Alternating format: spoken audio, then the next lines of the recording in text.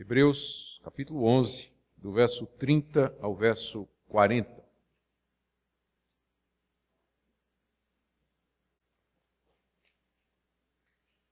Pela fé ruíram as muralhas de Jericó, depois de rodeadas por 7 dias. Pela fé, Raabe a meretriz não foi destruída com os desobedientes, porque acolheu com paz aos espias. E que mais direi? Certamente me faltará o tempo necessário para referir o que há a respeito de Gideão, de Baraque, de Sansão, de Jefté, de Davi, de Samuel e dos profetas, os quais, por meio da fé, subjugaram reinos, praticaram a justiça, obtiveram promessas, fecharam a boca de leões, extinguiram a violência do fogo, escaparam ao fio da espada, da fraqueza tiraram força, fizeram-se poderosos em guerra, puseram em fuga exércitos de estrangeiros. Mulheres receberam pela ressurreição seus mortos. Alguns foram torturados, não aceitando o seu resgate para obterem superior ressurreição. Outros, por sua vez, passaram pela prova de escárnios e açoites, sim, até de algemas e prisões. Foram apedrejados, provados, cerrados pelo meio, mortos a fio de espada. Andaram peregrinos, vestidos de peles de ovelhas e de cabras, necessitados, afligidos, maltratados, homens dos quais o mundo não era digno, errantes pelos desertos, pelos montes, pelas covas, pelos antros da terra.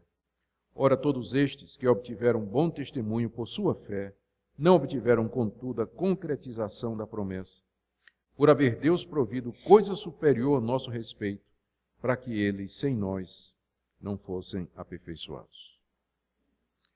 Pedimos, nosso Deus, mais uma vez, que Tu nos ilumines agora no estudo da Tua palavra, que Teu bendito Espírito Santo esclareça as nossas mentes para a compreensão da Tua revelação. Fala ao coração do Teu povo aqui presente, em nome de Jesus. Amém. Meus irmãos, chegando ao final desse capítulo, perguntamos o que é que nós já vimos sobre ele, para assim podermos fazer a sua conclusão. Esse capítulo é conhecido como o capítulo sobre a fé. Não é que os demais capítulos da carta não falem a respeito da fé em Deus, mas é aqui no capítulo 11 que o nosso autor se concentrou sobre a fé. A fé é um tema importante nessa carta. Ela foi escrita exatamente para encorajar os seus leitores a permanecerem firmes na fé e não retrocederem, não desistirem de crer em Deus e no seu Filho Jesus, diante das pressões, perseguições e provações que eles estavam passando. Ele começa o capítulo dando uma definição de fé, versos de 1 a 3. A fé é a convicção de coisas futuras, é a certeza de fatos que nós não vemos. E ele começa então a dar exemplos tirados do Antigo Testamento de pessoas que viveram dessa maneira. Ele exemplifica o que é a fé através de personagens do Antigo Testamento, que ele cita e narra alguns episódios que mostram como eles creram em Deus. Ele começa com os primeiros crentes, aqueles que viveram antes do dilúvio. Ele fala da fé de Abel, de Enoque, de Noé, versos de 4 a 7, aqui nesse capítulo.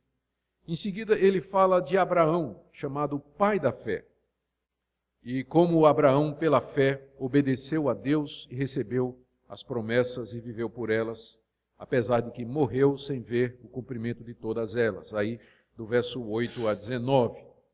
Em seguida, ele narra a fé dos patriarcas Isaque e Jacó e o filho José, um dos filhos do patriarca Jacó, como exemplos de pessoas que creram até a morte, que na hora de morrer, eles manifestaram aquela fé inabalável nas promessas de Deus. Isso vai do verso 20 até o verso 22.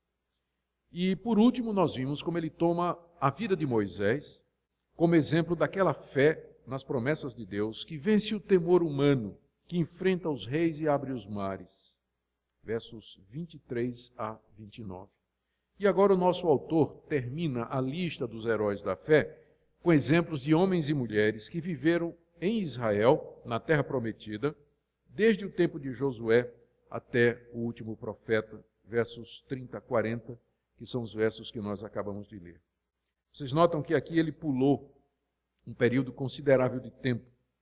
ele vai do Êxodo até a entrada na Terra Prometida e deixou de mencionar aqueles 40 anos no deserto que Israel passou. Por quê? Porque não foram anos, porque ali vai ser difícil achar um exemplo de fé. Ali foram anos de incredulidade, de rebelião, de coração duro, de revolta do povo, de questionamento, de murmuração. Então ele pula do Êxodo, deixa aqueles 40 anos no deserto de lado, e o próximo exemplo já é Josué. De Moisés ele pula para Josué, sem falar naquele período de 40 anos em que Moisés liderou o povo no deserto.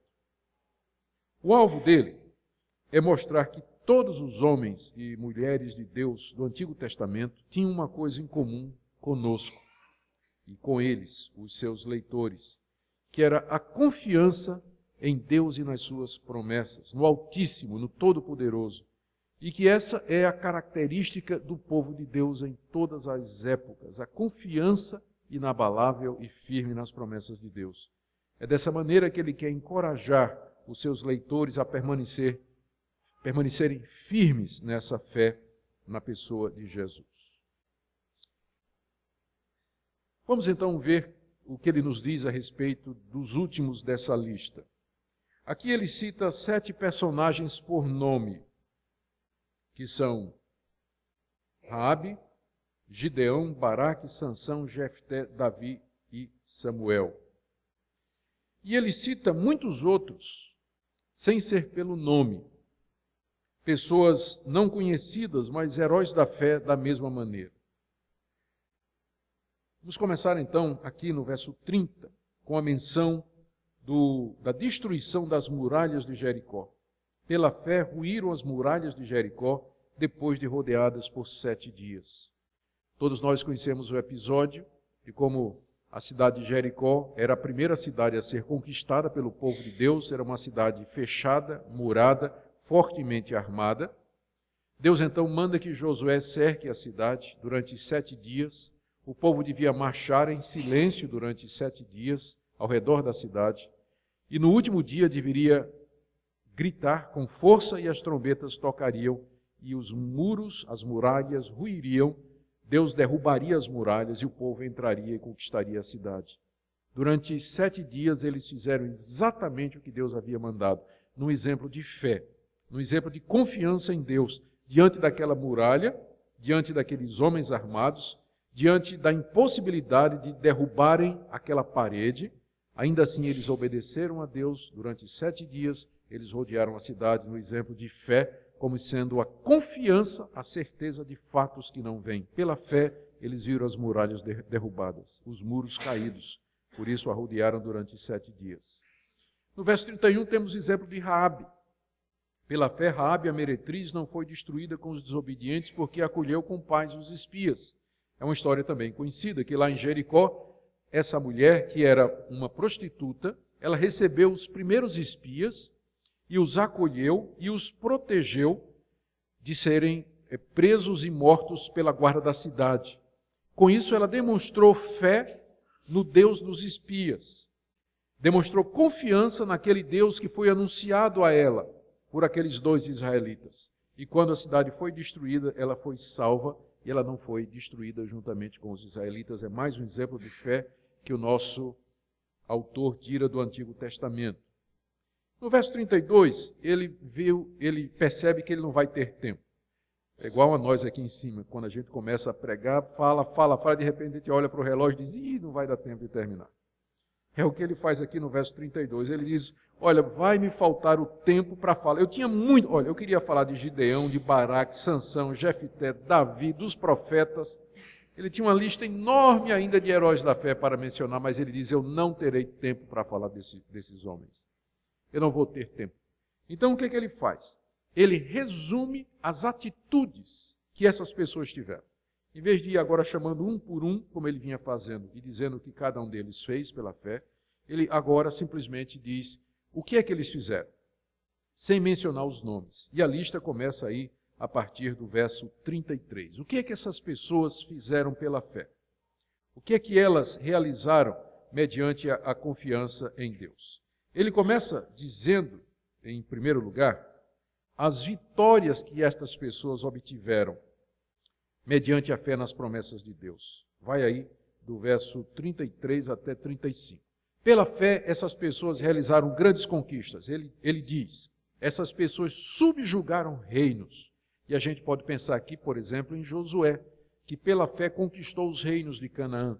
Podemos pensar aqui nos juízes que vieram depois de Josué, que levaram o povo de Deus a subjugar reinos inimigos e a conquistar a terra. Mais adiante, os reis de Israel, que também subjugaram outros reinos pela fé e confiança em Deus. Em seguida, ele diz que pela fé praticaram a justiça.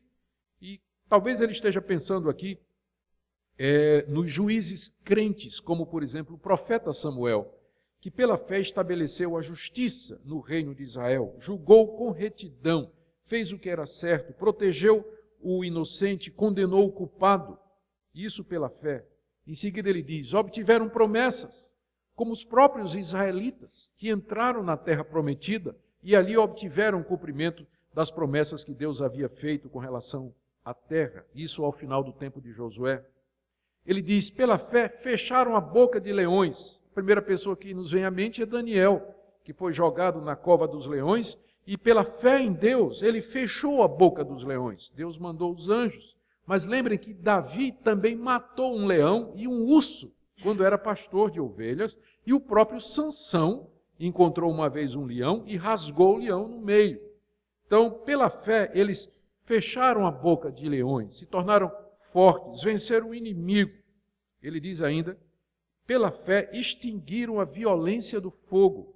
E o primeiro exemplo do Antigo Testamento que a gente lembra é de Sadraque, Mesaque e Abednego, aqueles amigos de Daniel que foram jogados na fornalha ardente e não se queimaram, não foram destruídos porque eles confiaram no Deus de Israel. Deus lhes deu a vitória.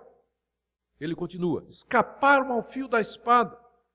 Lembramos de como Davi escapou várias vezes das tentativas de Saul de matá-lo. Lembramos de Elias, que escapou das tentativas da rainha perversa Jezabel de matá-lo. Da fraqueza tiraram forças, continua ele. Nós podemos lembrar que Sansão, fraco pelo seu próprio pecado, cego, amarrado nas colunas do templo do deus Dagom, lá no fundo da sua fraqueza ele clama a Deus e diz, Deus, mais uma vez me dá força e graça para que eu me vingue dos meus inimigos. Lá na fraqueza, pela fé em Deus, ele tira força e destrói todos os seus inimigos. Pensamos num Davizinho enfrentando um Golias gigantesco. Da fraqueza ele tira força. As pedrinhas que ele usa, uma delas vira um míssil, um petardo, um foguete, não é? Destruidor na testa do gigante que vai para o chão. Pela fé, da fraqueza, eles tiraram força. Ele continua, fizeram-se poderosos em guerra, como os reis de Israel, puseram em fuga exércitos de estrangeiros, como Ezequias, Josafá, Uzias, e há tantos outros exemplos de reis poderosos que, pela fé em Deus, expulsaram e afugentaram os inimigos do povo de Deus. E ele termina essa lista de bênçãos e vitórias citando mulheres que, pela fé, receberam pela ressurreição os seus mortos. É claro que o nosso autor está pensando em dois casos do Antigo Testamento. Primeiro, a viúva de Sarepta, que acolheu Elias, cujo filho morreu e Elias ressuscitou, e mais adiante a sunamita, que recebeu o profeta Eliseu, tinha um quartinho para ele, e cujo filho também ficou doente e morreu, e Eliseu também ressuscitou.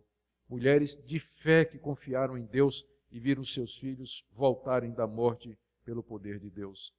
Pela fé, estas pessoas foram vitoriosas, subjugaram reinos, praticaram justiça, obtiveram promessa, fecharam boca de leão, apagaram o fogo, escaparam do fio da espada, da fraqueza tiraram força, afugentaram os inimigos, receberam os mortos pela ressurreição.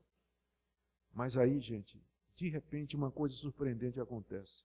O nosso autor muda a ênfase e começa a falar de pessoas que tiveram fé e que não tiveram nada disso. Nada disso. Aí mesmo, no verso 35, ele começa a mudar, ele diz assim, alguns foram torturados pela fé, não aceitando o seu resgate para obterem superior ressurreição. Nós não sabemos exatamente a quem ele se refere no Antigo Testamento, embora tenha uma referência no livro de Macabeus de um escriba temente a Deus que foi torturado, mas não negou a Deus, porque ele tinha esperança da ressurreição. Não sabemos a quem ele se refere, mas ele fala de gente, pessoas do povo de Deus no Antigo Testamento, que pensando na ressurreição dos mortos, eles não negaram a sua fé, foram torturados. E ele continua, outros, por sua vez, passaram pela prova de escárnios e açoites, sim, até de algemas e prisão. Estou lendo aqui o verso 36. E aqui lembramos do profeta Miqueias, que foi esbofeteado pelo falso profeta Zedequias, que bateu na boca do homem de Deus. Pensamos aqui no profeta Jeremias, que foi surrado, chicoteado e preso durante um longo tempo por um rei ímpio e impiedoso. De outra vez, Jeremias foi preso e jogado num poço, onde ele ficou de lama até o pescoço, para não dizer outra coisa que tinha no poço. Ele diz que foram apedrejados, continuando aí, estou aí no verso 37, foram apedrejados pela fé. Ele está continuando a relação. Né? Pela fé, eles foram apedrejados. Aqui nós pensamos em Nabote, que tinha aquela vinha, que era herança dos seus pais, e que a rainha Jezabel queria de toda maneira que ele vendesse. Ele não vendeu porque ele tinha esperança de que Deus haveria de cumprir as suas promessas da terra. Mas aí então a rainha manda apedrejá-lo. Pensamos em Zacarias, o sacerdote, filho de Joiada, homem temente a Deus, que foi apedrejado pelos judeus incrédulos lá no templo. Ele continua ainda no verso 37 dizendo, foram provados e cerrados pelo meio. Nós não sabemos de ninguém no Antigo Testamento que foi cerrado pelo meio, mas há uma tradição rabínica muito antiga que diz que o profeta Isaías, ele foi morto, estava vivo, foi cerrado com um serrote, e a morte dele foi dessa maneira. É a isso aqui que o autor se refere, a morte do profeta Isaías, cerrado pelo meio. Pela fé foram mortos ao fio da espada. Aqui lembramos dos profetas do Senhor, que foram mais de não sei quantos profetas do Senhor que foram mortos pela rainha Jezabel, mortos ao fio da espada, a ponto de Elias dizer, Senhor, mataram os teus profetas, Jezabel matou todos pela espada, e só eu fiquei, e ainda procuram tirar minha vida. Ele continua dizendo aí, final do verso 37, entrando pelo verso 28, andaram peregrinos, vestidos de peles de ovelhas e de cabras, necessitados, afligidos, maltratados, errantes pelos desertos, pelos montes, pelas covas, pelos antros da terra.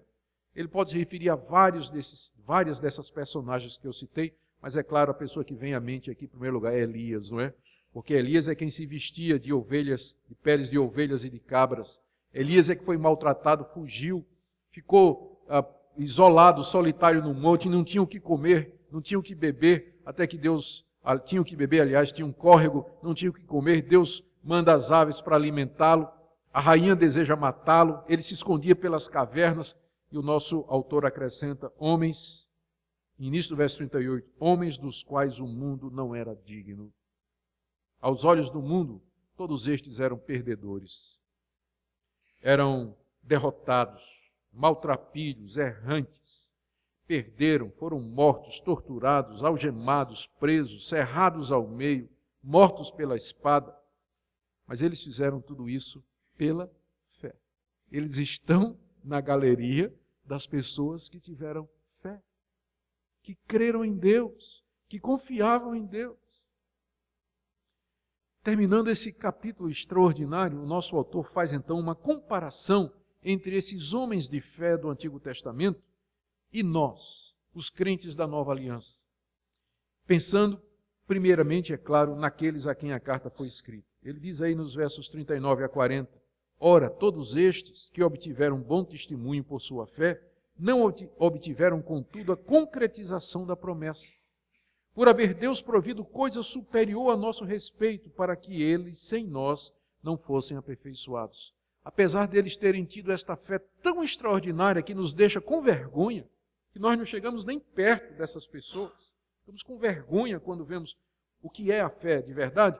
Todavia, o nosso autor diz aqui, apesar de todo o bom testemunho que eles obtiveram de Deus, eles não obtiveram a concretização da promessa. O que é que ele se refere? O que é que ele quer dizer com isso? Alguns deles obtiveram promessas, como diz aí o verso 33. Pela fé, subjugaram reinos, praticaram a justiça, obtiveram promessas e fecharam a boca de leões. Eles obtiveram promessas, mas não obtiveram a promessa. O que era a promessa? Era a chegada do reino messiânico, era a chegada do Filho de Deus, a chegada de Jesus, o Salvador. Apesar de terem tanta fé, apesar de confiarem tanto em Deus, Deus não lhes deu o privilégio que deu a vocês e deu a mim, de vivermos depois do cumprimento da promessa. E vivermos depois do cumprimento da promessa. Num certo sentido, isso aumenta a nossa responsabilidade, porque eles viviam naquela fase, naquele período da promessa, em sombras, em figuras, em símbolos. E nós hoje podemos olhar para trás e podemos ver o cumprimento da promessa. Hoje vemos com muito mais clareza do que Abraão, Isaque, Jacó, José, Daniel, todos estes que foram mencionados aqui. Portanto, a nossa responsabilidade é muito maior do que a deles. Talvez seja isso que o nosso autor esteja querendo dizer aos seus leitores. Não voltem atrás. Fiquem firmes. Vocês têm o privilégio de estar vivendo na época do cumprimento da promessa. Num certo sentido, vocês estão numa posição muito melhor do que os crentes do Antigo Testamento. Não retrocedam. Fiquem firmes.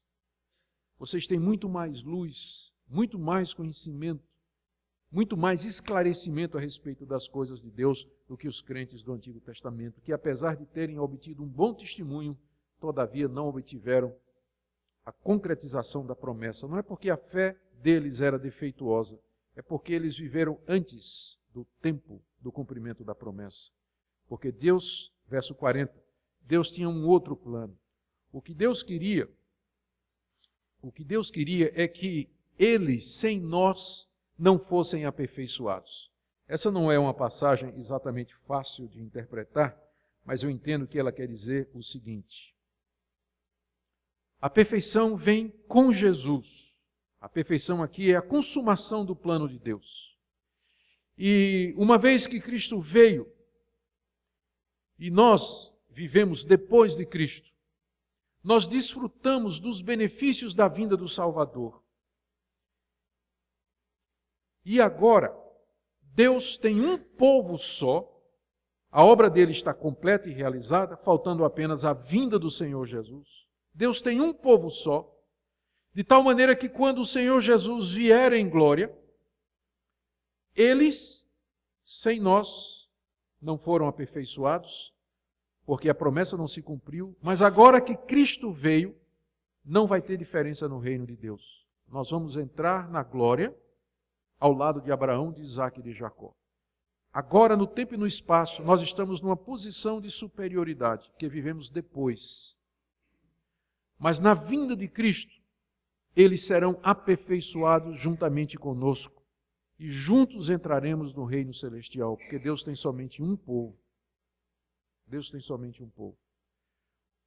O alvo dessa declaração extraordinária aqui é dizer aos leitores da carta, que estavam sendo perseguidos, que estavam sendo pressionados a abandonar a fé: vocês pertencem a um povo muito antigo. Vocês fazem parte de um povo que começa com Abel. Um povo que está unido a nós agora, porque a promessa se cumpriu. Aquilo que eles esperavam se cumpriu. E agora, por conta disso, porque nós fazemos o povo da nova aliança, o povo de Deus está completo e agora eles estão aperfeiçoados conosco. E juntos nós gozaremos das bênçãos do reino messiânico. Porque era isso o plano de Deus, um povo que se completa. Aqui nós podemos tirar, que se completa com a vinda do Senhor Jesus. E aqui nós podemos tirar muitas lições preciosas. Por exemplo, embora haja uma diferença entre o Antigo e o Novo Testamento, mas Deus sempre teve um povo que foi salvo sempre da mesma maneira, pela fé. Eles pela fé no Messias que haveria de vir, nós pela fé no Messias que já veio. Eles viveram pela fé na promessa e nós vivemos pela fé no cumprimento da promessa, na promessa cumprida. Gente, eu quero terminar perguntando Quais as lições que nós podemos tirar para nós ao final desse capítulo? Eu destaquei aqui 5 ou 6 pontos que eu queria mostrar para vocês. Agora é uma aplicação do capítulo todo. Primeira coisa que eu noto aqui, e que eu acho que é de extremo conforto para nós, é que essa lista de heróis da fé, ela traz gente que não era perfeita. Prestaram atenção? Noé embriagou-se. Abraão mentiu sobre a mulher dele. Sara riu incrédula quando foi dito que ela teria um filho. Jacó, enganador. Moisés, incrédulo, bateu na rocha quando era para falar. Raabe foi uma prostituta. Sansão era um mulherengo. Davi foi adúltero. Todo esse pessoal está na lista dos heróis da fé. Eles não eram perfeitos. Eles não eram sem defeitos. Ser uma pessoa de fé não significa não ter defeitos, não significa perfeição aqui nesse mundo. A fé em Deus, às vezes ela decai, às vezes ela entra numa crise, às vezes ela vacila e nós vacilamos. Todavia a fé verdadeira, ela não se extingue. Note que estas pessoas, apesar dos seus defeitos, apesar das suas falhas, elas permaneceram firmes. Se você olhar a vida dela como um todo, é uma vida de fé. Houve momentos de vacilação em que Abraão mentiu, Moisés foi incrédulo, Davi pecou, mas o geral da vida destas pessoas é caracterizada pela fé em Deus, pela confiança em Deus. Isso é um conforto para você que diz assim, eu sou tão imperfeito. Como é que eu posso crer? Como é que eu posso me relacionar com esse Deus? A resposta é, olha a lista dos heróis da fé. Você vai se sentir bem à vontade na companhia deles. Não é? Eu me sinto à vontade na companhia deles, porque eu sei que eles são como eu e eu como eles. Somos pecadores, falhos, imperfeitos. A fé, mesmo que ela vacile, todavia, sendo a fé verdadeira, ela nunca se apaga. Ela nunca se extingue. Ela renasce, ela nos levanta. Ela nos leva a pedir perdão pelos nossos pecados, reconhecer os nossos erros e caminhar, tentar caminhar no caminho da santidade, ainda que às vezes a gente falhe. Segunda coisa que eu notei aqui no capítulo 11 é que boa parte desses heróis da fé mencionados aqui, eles são desconhecidos. É bem verdade que há uns 20 e poucos que são mencionados por nome. Aliás, nem isso. Mas de repente ele diz assim, falta tempo para falar dos profetas e naquela relação de coisas, a gente percebe que ele está se referindo a gente que nós não temos nem ideia de quem é que ele está falando. Isso quer dizer que o fato de que você é uma pessoa de fé não quer dizer que você necessariamente será conhecido. Há muitos heróis da fé anônimos na história do povo de Deus. Alguns Deus destacou e sublinhou o nome. Mas há milhares e milhões de pessoas na história da humanidade, em todos os lugares onde a palavra de Deus chegou, dos quais você nunca vai ouvir falar e eles nunca ouvirão de você. Fazemos parte de um povo tão numeroso. E eu estou dizendo isso para que você se sinta bem acolhido no meio desse povo. Você não precisa ser famoso, não precisa ser conhecido. Deus no meio do seu povo tem aqueles que ele destaca e tem aqueles cujo nome nunca vão aparecer nas páginas da Bíblia, como o meu, por exemplo, não o seu. Mas ainda assim, temos a mesma fé desse pessoal, que aqui é citado. Terceira coisa que eu queria destacar aqui do capítulo todo, é que a fé que estas pessoas tiveram não era um salto no escuro, não era uma força assim que eles fizeram para acreditar em alguma coisa que eles sabiam que era mentira ou que era falsa. Não era algo psicológico, mas era uma confiança firme em Deus e nas suas promessas. Ainda que essas promessas falassem de coisas futuras e coisas invisíveis. Eles confiaram em Deus e na palavra de Deus. Que Deus haveria de cumprir tudo o que Ele disse. Que Deus haveria de fazer tudo o que havia dito. E se você me pergunta, onde é que eles encontraram as promessas de Deus? Deus outrora falou de muitas maneiras e de muitas formas aos nossos pais pelos profetas, visões, sonhos e revelações.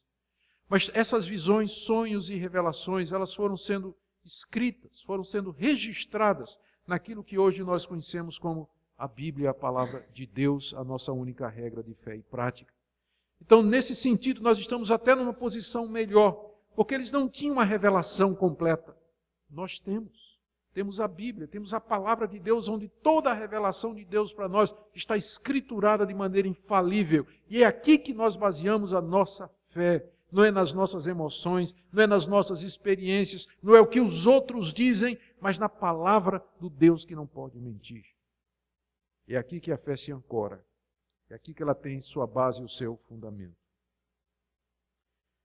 A quarta lição que eu queria tirar desse capítulo, e aqui eu quero chamar a sua atenção para isso, eu acho que esse ponto aqui é um dos mais relevantes, é que a fé nem sempre nos livra de tribulações, problemas, angústias e adversidades aqui nesse mundo.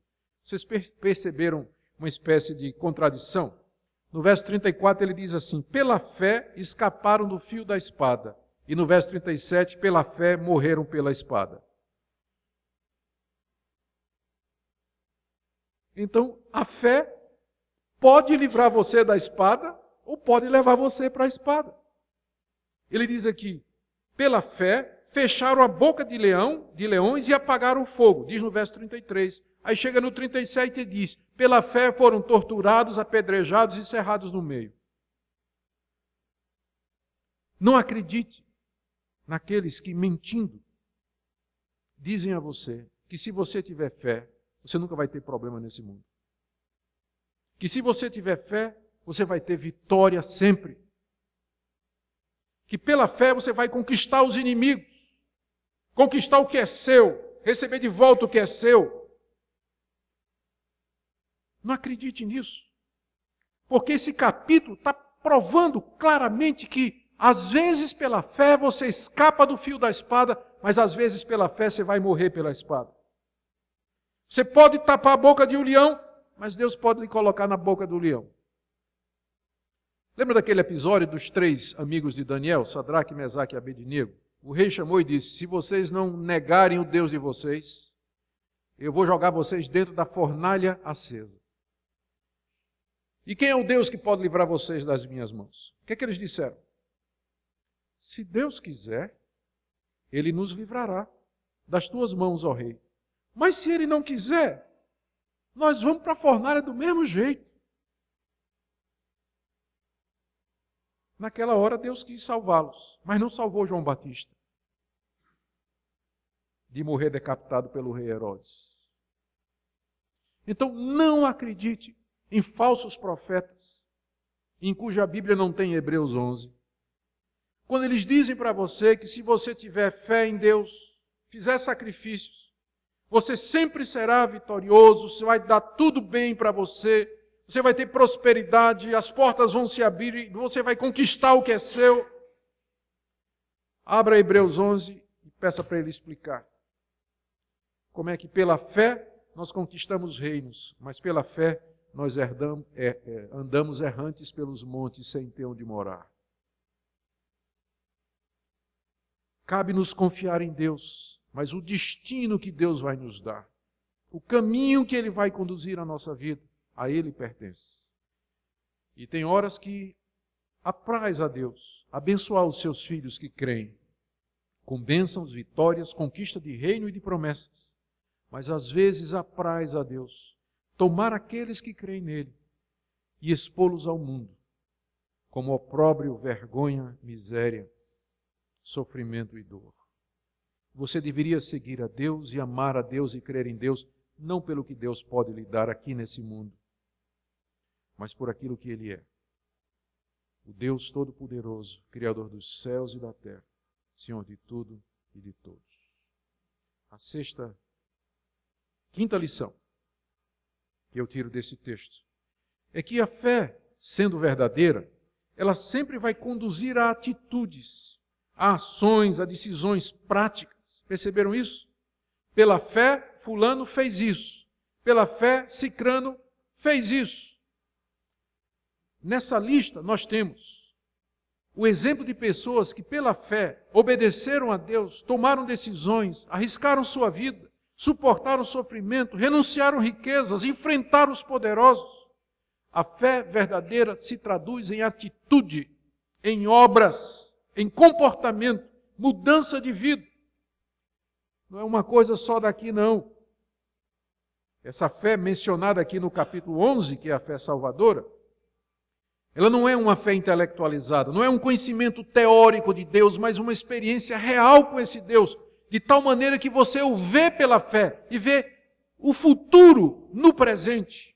Você tem convicção dos fatos que não se veem e você tem esperança certa daquilo que Deus prometeu que haveria de acontecer. Isso lhe faz corajoso, isso lhe faz confiante, disposto a fazer o que é certo e tomar as decisões necessárias.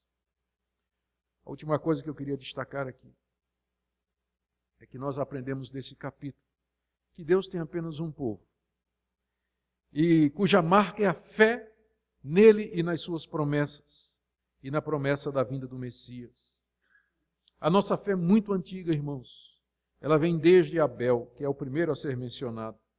É uma fé que vem sendo transmitida de geração em geração, passando de pai para filho, de evangelistas para descrentes.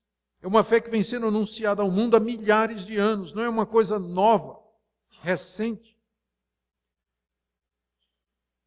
É uma fé que jamais será apagada do mundo, pelos ímpios, pelos demônios, pela ação dos poderosos, mas ela vai permanecer até a vinda do nosso Senhor e Salvador Jesus. Que lição extraordinária para aqueles cristãos a quem essa carta foi dirigida, que estavam pensando em voltar atrás, pensando em abandonar a Jesus. E a pergunta é essa: para onde vocês irão? Só Ele tem as palavras de vida eterna. Termino com essa aplicação. Como eu disse, talvez aqui hoje à noite haja algumas pessoas que se acham imperfeitas, estão conscientes das suas falhas e dos seus pecados e acham que não podem ter um relacionamento com esse Deus. De fato, não podem mesmo. Os pecados nos afastam de Deus, mas a fé consiste exatamente nisso, em reconhecer a misericórdia de Deus em prover um Salvador, que na cruz do Calvário derramou o seu sangue para perdoar os meus pecados, para que eu possa entrar pelo véu que Ele rasgou, até a presença do próprio Deus e me relacionar com Ele. A nossa fé tem altos e baixos. Por isso, se você aqui nessa noite se sente assim, fraco, confuso, passando um momento de conflito interior, eu quero lhe dizer, bem-vindo à lista de Hebreus 11. Porque não eram pessoas perfeitas. Eram pessoas que tiveram dúvidas, crises, caíram. O que as caracteriza é a confiança no perdão de Deus, na bondade de Deus e na graça de Deus. Por isso, levante-se nessa noite, venha, creia em Deus e no seu Filho Jesus, abrace essas promessas. Talvez nessa noite haja pessoas aqui que dizem, professam acreditar em Deus e no seu Filho Jesus. Todavia não há nenhuma atitude na vida destas pessoas que de fato comprove a veracidade dessa fé. Queria que você nessa noite fizesse um levantamento honesto e sincero da sua vida. A fé verdadeira leva a atitude e compromisso, como nós vimos aqui. Será que, o que poderia dizer sobre a sua vida? Pela fé, Augustus, 3 pontinhos. Fez o quê pela fé? Preencha aí. Troca Augustus pelo teu nome. Põe assim, pela fé, eu, 3 pontinhos. Fez o quê pela fé? Porque se você não puder completar os 3 pontinhos, então alguma coisa está errada. Alguma coisa está errada na sua vida, porque a fé verdadeira leva você a fazer alguma coisa. A tomar uma atitude, tomar uma posição. Talvez aqui nessa noite haja pessoas que estejam sofrendo doença, dificuldade financeira, qualquer outro tipo de aflição e dificuldade nesse mundo, coisas que são comuns à nossa raça decaída. E talvez você fique perguntando, onde está Deus? Cadê o meu Deus? Onde está o Deus das promessas? Alto lá. Entre as promessas de Deus está de que Ele ia deixar você sofrer para você aprender. Por que você só quer as promessas boas, não é? Tem as que falam também da santidade. Deus prometeu que iria te santificar, não prometeu? Não é uma promessa? E você acha que a santificação vem como? Só ouvindo sermões bonitos, gostosos de ouvir? Só lendo livros ou lá na internet escutando sermões no YouTube ou sei lá o quê? Não. A melhor maneira que Deus tem para santificar a gente é na escola da vida. Aflições e sofrimentos, contrariedades como estes aqui passaram. Nenhum destes teve uma vida fácil. Você não foi nem cerrado no meio ainda e está reclamando? Então, o fato de que você está passando por sofrimento não quer dizer, primeiro, que Deus não existe, segundo, que sua palavra não é verdadeira, e terceiro, que Ele não ama você. Queria que você nessa noite pensasse nisso. E por último, todos nós gostaríamos de ter mais fé, não é verdade? De confiar mais em Deus, chegar ao menos perto destes heróis que são aqui incluídos. A única maneira que nós temos para aumentar a fé é conhecer Deus, porque na hora que você se concentra na fé, ela vai embora. Porque para você ter fé, você precisa conhecer mais a Deus. E quanto mais você o conhece, mais você confia nele. Então não concentre na fé, mas concentre em Deus. Olha para Cristo, olha para a cruz, olha para o Salvador, para a sua ressurreição. Para isso você precisa ler a Bíblia, meditar nela, devorar a palavra de Deus. Quanto mais você se apropria do conteúdo da Escritura, quanto mais você entende a palavra de Deus, quanto mais você assim compreende a Deus, você vai perceber que sua confiança nele aumenta. Sua confiança nele aumenta. Que Deus o ajude, que Deus fortaleça a sua fé, para que você confie nele até o momento, até aquele grande dia, quando junto com os santos do Antigo Testamento, todos aperfeiçoados, entraremos no reino messiânico e com ele viveremos para todo sempre. Amém.